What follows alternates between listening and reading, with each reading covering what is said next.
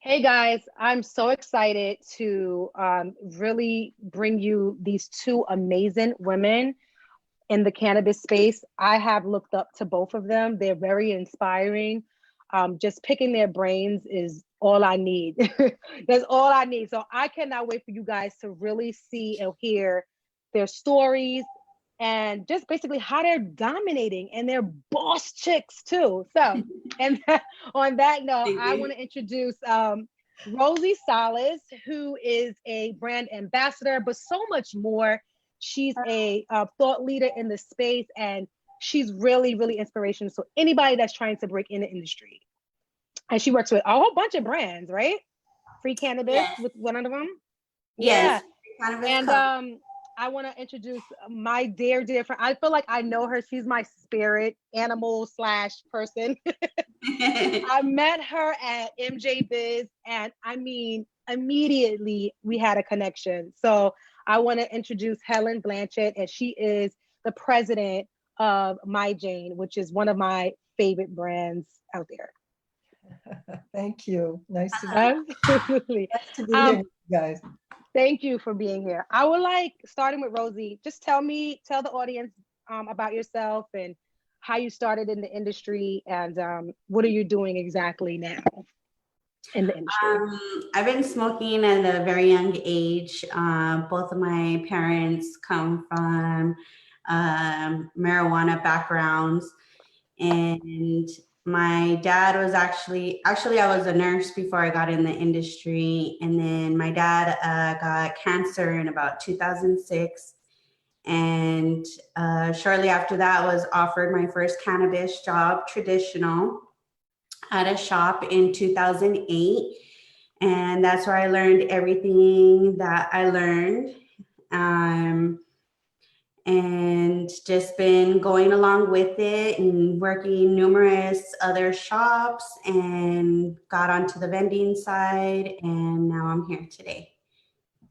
Awesome. It doesn't sound that exciting, guys, but it is. She was a nurse for goodness sake, and now she's working in cannabis. That's another example how you can apply your skill set, apply what you do into the cannabis industry.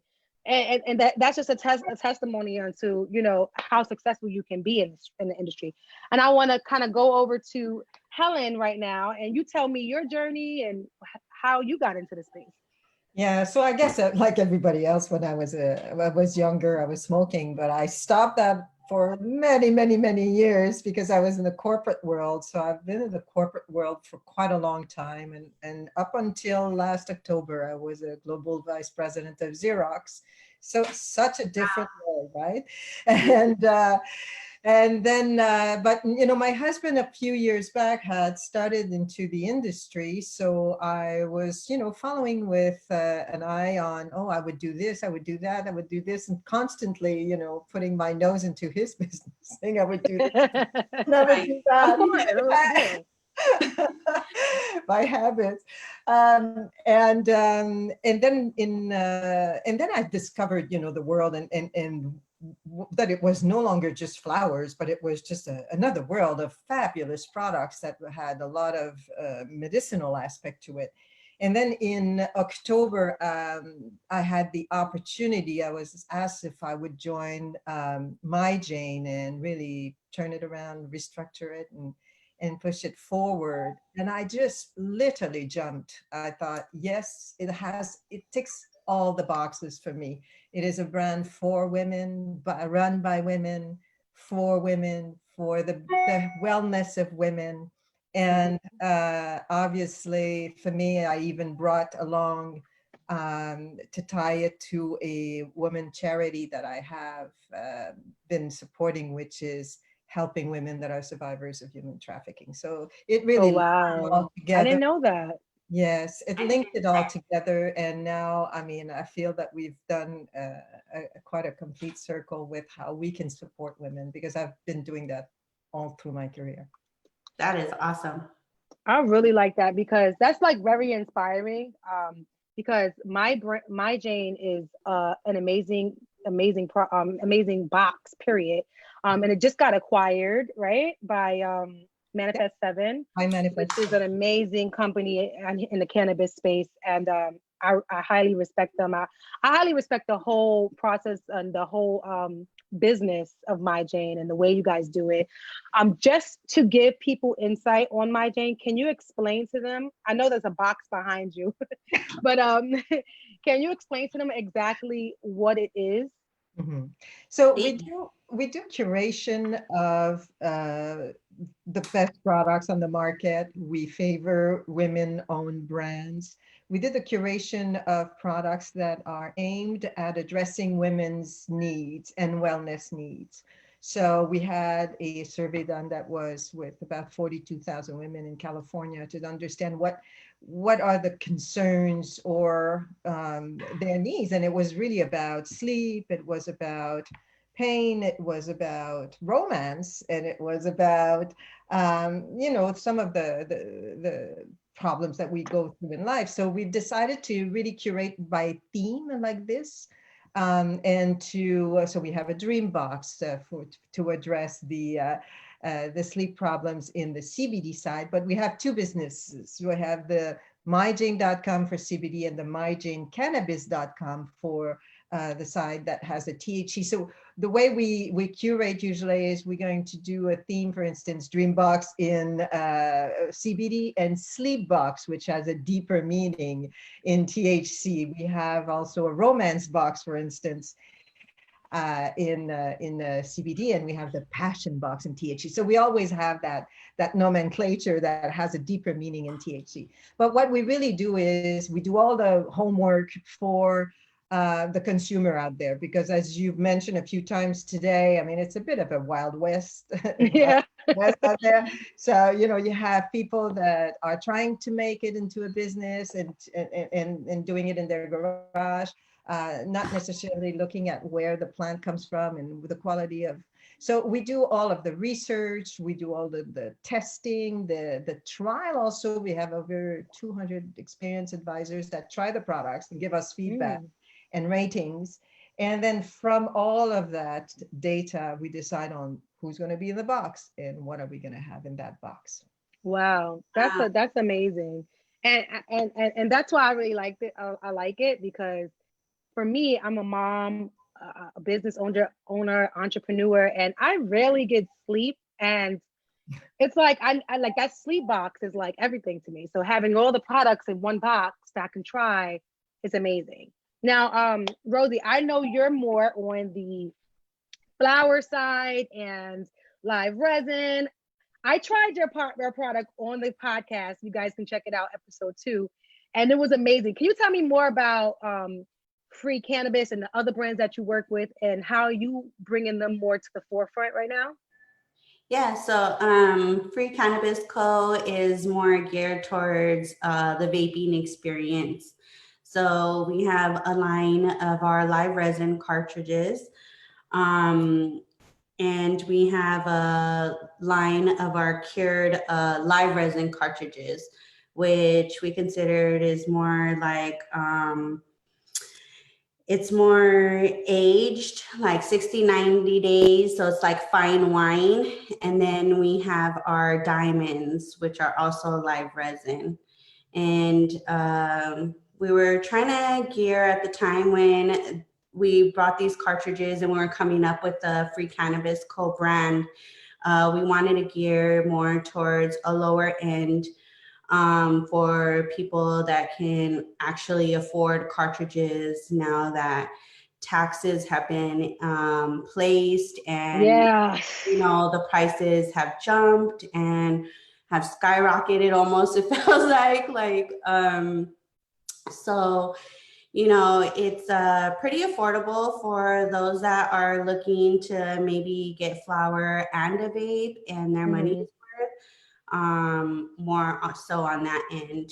We also have our Centurion line, which is our water clear base, and we have various SKUs within that line. We have like 1-to-1 CBDs. We have I love 1-to-1 CBDs. Oh my gosh. It makes me feel like a lot of people don't know it, but instead of taking the Xanax or the prescription drugs, you could take some cannabis and like that 1-to-1, it's like almost equal to a Xanax. Like if you have that, you like mellow all the way out. And that's what I really wanted to do with She Blazing, is normalize that. And it's like women like you guys are bringing that to the forefront. And are you taking those steps with your brands that you are brand ambassador for to normalize that with women? Or do you have any charity programs that you are attached to as far as that goes? I currently don't right now. We are still fairly new. We just did a soft launch at Hall of Flowers, September. Congratulations. 2019. Thank you. Centurion is one of our eldest products, but we did revamp it after all the vaping stuff was going on with the bad vapes, and more or less like the traditional side from it, trying to gear away from it. So we'll probably get into that, and that's why like I'm so glad and I'm thankful for you, and thankful for Laura for bringing me aboard, because it helps network with women like Helen and other women that are in the industry, to bring to light some of these charities that they're involved. Maybe we can get involved in them. You know, we are for that. I know as far as like the bud tenders go, there's not a whole light shed on the bud tenders, and they're a big part of our industry. Yeah. You know, I did bud tending for like 12 Tell us about it. Tell us what is a bud tender? Tell us about it. So bud tender is like a bartender. But you go into your local cannabis shop or your favorite one, and that's going to be the person that's going to take care of all your needs. You know, if they're going to pinpoint on what you need your medication for. And there's some people that, you know, just probably like smoking. So we're probably, I'm sorry, I got stuck for a second. It's okay. It's a Sunday. Right, it's all good. So with being a bud tender, you know, when I got out of it, it was after the traditional market. So on the traditional side, there wasn't a whole lot of light shed on that, because of the fact that, you know, it was still taboo to a lot of people. It wasn't legal. But now we have like award ceremonies and stuff like that, that kind of like different geared towards those people, because they're, you know, they get to know you as a patient. They're the ones who see your faces every day. You see their faces every day. And sometimes when a person is having a bad day, they look forward to actually going to their favorite shop and talking to either the one person that normally serves them, or just everybody there in general, you know. So now I want to get into the meat and potatoes of women dominating executive positions, because yes, no matter what anybody tell you, this is a man's industry. Okay. And we have to, as women, we have to fight almost twice as hard to get in, like to really be respected. Helene, I have a question from Madison that emailed me this morning, and she says, how were you able to get into an executive position coming from a non-cannabis brand transferring to a cannabis brand? How did that happen? Like, were you just totally accepted, or how did you get in there? I mean, I know your husband was already doing it, but. Are you talking to me? Yes. Yeah. I guess. Okay, good. Well, I mean, Myjane is a woman's brand. I mean, that would be quite odd that it would be led by a man, I think. What I guess they were looking for is someone that would have that executive and that corporate knowledge that can be brought to the industry. Because at the end of the day, you said it, it's a business, right? It is a business. So therefore, we need to really try to put a structure. When a company is growing, you need to be able to put that structure in place, and that's what they were looking for in that transformative aspect of the business. So I guess I wouldn't see anybody else but a woman at this position, quite frankly. Oh yeah, I agree too. And also, just apply, you already was executive at Xerox, and In a you printing just, world, so which is a very male dominated. yeah, exactly. I mean, like, I feel like every corporate industry is male dominated. I mean, we went from women being caretakers and and homemakers to us getting into the market, and now we're like starting to be respected within those respected fields. And now here we are in cannabis. It's the same thing. It's like applying your skills. For me, marketing wise, it's like I got into the business and I just went head first, and it was, and nobody could tell me anything when it came to what I do. And I just learned the business. And I feel like if you really have a passion for the business and you mix with your already skill set, I think that you can be very successful in this business as long as you just focus. Yes, and I think that what the reality of what I see in the industry is resemble. I lived 10 years in Asia, and when I look at Asia, Asia is a male-dominating continent that is ran actually by women. It's just that women have, if women would stop working in Asia, everything would stop. Everything would stop. Wow. From from Thailand, the Philippines, from Vietnam, from Indonesia, anywhere you look in Asia, it's women that run the place.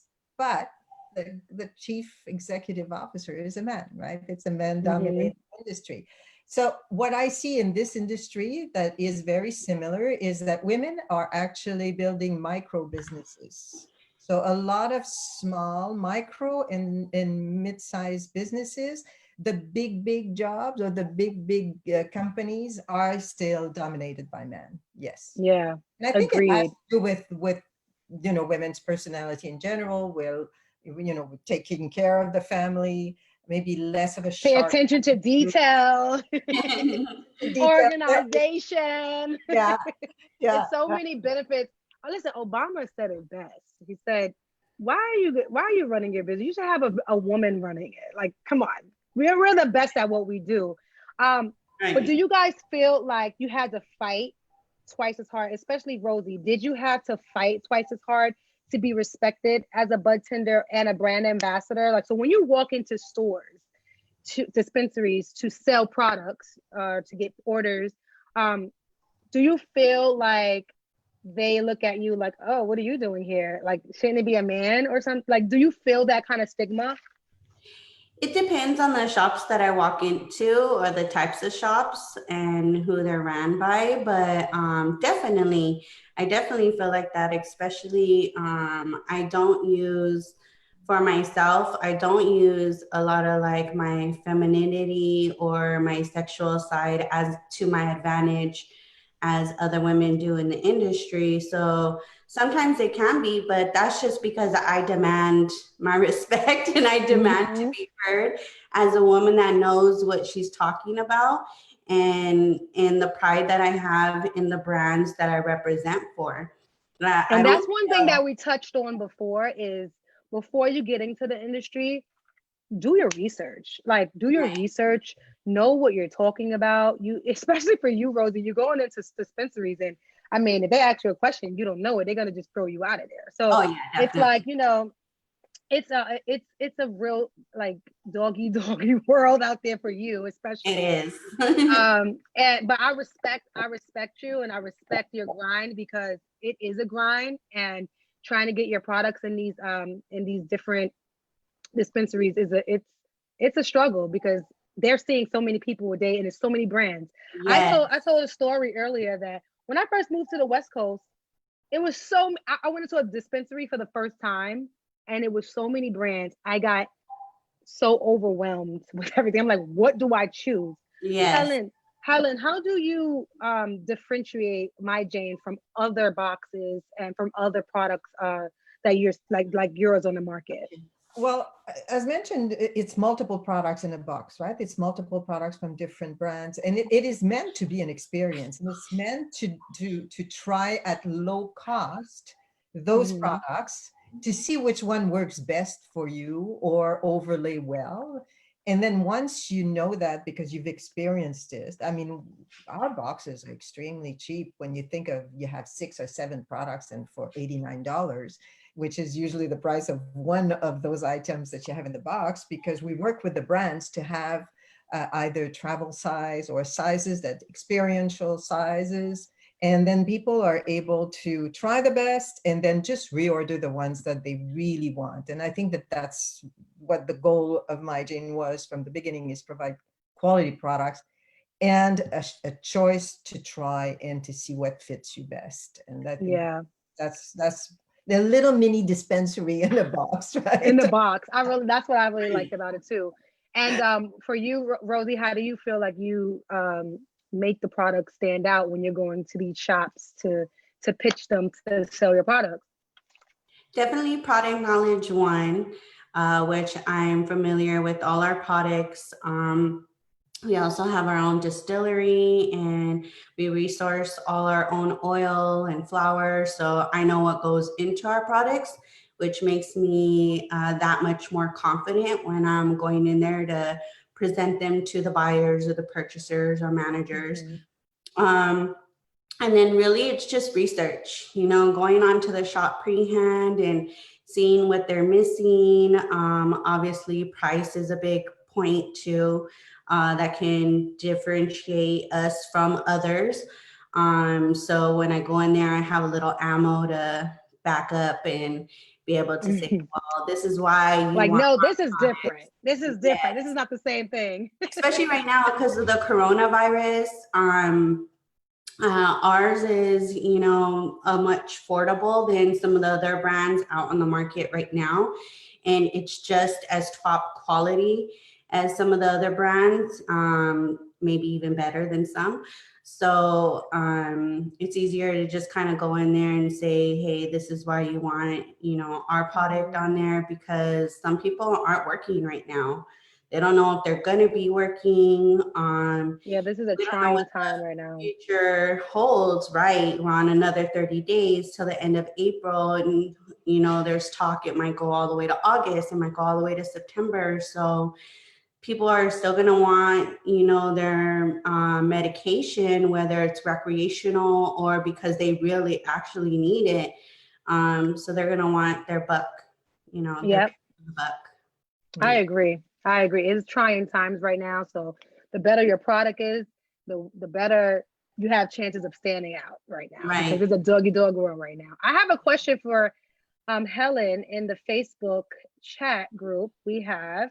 It's from Lindsay Cross.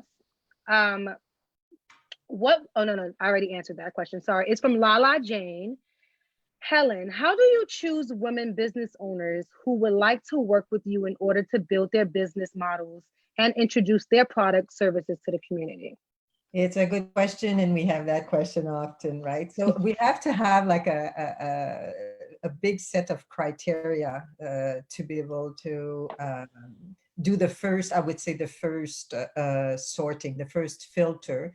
So that's available on our website at Myjane Cannabis, at myjane.com. You have a vendor selection that you can, you know, like you can apply as a vendor. It has, are you willing to do this, and that? Do you meet this criteria? And if so, then your second selection is you send the product and we put them into our experiential experience advisor program. They test it, and then once it's tested, then if it fits obviously with the theme box that we're going to bring to market, then you could be selected, right? So obviously we do get a lot of brands, but we, like I said, we favor women's brand. And if you meet all the criteria, everybody has equal possibilities or opportunities to be in the box. We don't favor political or anything like that. It's all fair play. Yeah, I like that. And I like the fact that you guys are not putting just any brands in there. You trust it, you recommend it, because at the end of the day, it's your name, it's your brand, it's your face, and you have to stand by it. So I appreciate that, because so many times we're just thrown brands in our face because we don't know any better and we just go with it, and it's not completely tested, or it doesn't, it's not good for you. You know, that's where the whole vaping thing started and people started dying. Of course, if it was on the black market, but it still affected us in the cannabis industry a lot. A whole lot. I've seen some brands that went under for that. Yeah. And not because their brand was the one, but it was because people started not trusting vapes. Right. And if you have a company like Myjane that their products is meets a certain guidelines and you can trust it. Knowing that is very assuring. So we appreciate you for that. And Rosie, and I want to just wrap up. I'm gonna ask the Facebook group for any questions. If you have any questions, just put it in there right now. We're about to wrap up. I wanted to ask you guys, you ladies, any advice you have for aspiring women coming into the cannabis industry, whether they're accountants, marketers, whatever they're doing, and now they want to apply it to the cannabis industry. Can you give those ladies some advice? I can start. I mean, I think it's like in any industry, you should never change more than 3 things when you change it, right? And then this morning, there was some good advice in saying, first, research it, put 6 months salary or to a year's salary aside, because it's not going to be just an easy thing to do if you're trying to start your business. If you're trying to join a company, then I would say, yeah, if you're joining a company because there's a job opening, you should do it if it's first in your line of business and not necessarily something that would be totally off, where you would have to learn the industry and learn your job at the same time, which is always a little bit stressful in any industries. So I think that you gotta, like sort of go sideways and then start, getting so much knowledge that you can be more flexible and have a broader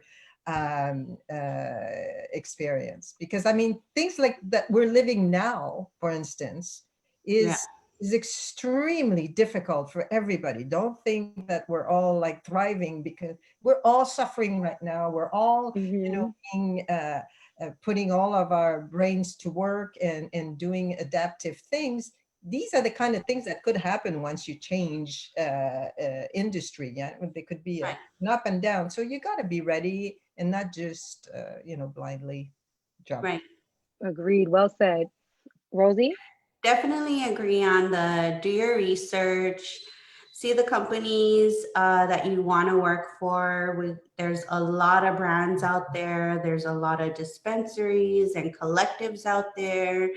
And there's so many categories to this industry. There's growing, there's bud tending, there's management, executive positions, there's sales, there's brand ambassading. So really just do your knowledge and see where it is that you feel like you'll be able to either fit in, or maybe even bring some of your professional skills with you to this industry. Branding is a big one that you've expressed to me the first time we met that you got into. It's huge coming from the traditional market where, we didn't have any of that, some years ago, where now branding is almost like everything, just as well as the quality and the testing that goes into everything. So definitely just do your research. Push your way in. Don't be over dominated by men. And the fact that we have all these beautiful and glorious other skillful women in this industry is great. Don't be afraid to reach out to other women and say, hey, I've been following you for a while. That's very, very true. Yeah. Yeah, I see something's going on for you, working for you. What is it that you're doing? Maybe that can help me in the area that I'm trying to get into. It's rare that I find any women that are harsh in this industry. That's good. I agree. And I also have a piece of advice as well. I have a piece of advice as well, that we mentioned in the beginning sessions. Um, just talk to other people. Really just know that the grass is not greener on the other side. If Right. you think that you're going to come into cannabis and it's going to be this, oh my God, it's so beautiful, and we're just at events all the time, and it's the glitz and the glamour goes away after the first 5 minutes. Okay, Yeah. it's like any other industry. You have to work hard, especially to hold executive positions. You have to you have to demand your voice in this industry. And if you're really serious about joining the industry, reach out to other women like us. I'll make our emails available so you can ask any questions to us. We're here for you. The She Blazing community is here for you, and we wish you nothing but the best. Yeah. With that said, if you ladies can plug in your information, like where we can find you on Instagram or LinkedIn. Oh yeah, LinkedIn. Use LinkedIn. Use LinkedIn. You can reach anybody on LinkedIn. I need to hop on Any LinkedIn. industry. Like the days of networking outside are over. We're with Corona right now. Use LinkedIn as your benefit. Use it as your networking platform. Trust me, I met everybody that I need to know in cannabis on LinkedIn. Yeah. So True. with that said, please plug where we can find you at. And we're in the session after that. Okay. Thank Well, you. go ahead. Go ahead. Oh no, go ahead. I'm Rosie, sorry. you go. First of all, so it's myjanecannabis.com for the CBD, myjanecannabis.com for the THC, myjane.com for the CBD, at myjane social for any of our social platforms. And on April 23rd, we're going to launch and offer pretty much all the women at home the possibility of trying to be a little bit in the business of cannabis. So more to come on this. And Yes. trying to find ways to really help women, especially right now that have lost their job or that have a family to support. And we're going to expand our business reach to them. Thank you. Helen, I'll be reaching out to you personally. And then if you want to reach out to Free Cannabis Co. and learn more about our Centurion products, our loaded products, and our 1940 LA body products, which Helen, you might be interested in, you can go to www.freecannabisco.com. If you need just a delivery service, we partnered up with Nugstar, NUGSTAR. And then for IG, if you have any questions for me about anything, I'm at Rose_Bud_818. Or the Free Cannabis Co. is at Free Cannabis Co. Centurion is at Centurion. And then Loaded is at Loaded, and 1940 LA is at 1940 LA. Yes. Well, thank you, ladies, so much for joining us. I really appreciate it. I always look up to you guys in the industry. I can't wait to see the amazing, big things, great things that you guys do. I'm going to be following. Helen, please share with us that link whenever you launch that program, because I'm pretty sure our ladies in that's looking over this live video is going to be wanting to get more information on that. And please stay tuned for our next discussion, which starts at 2:45 p.m. Pacific Standard Time. And that is going to be on creating a cannabis brand and empire. With that, it's going to be amazing. So bye, guys. Thanks, ladies. Bye. Thank you. Bye.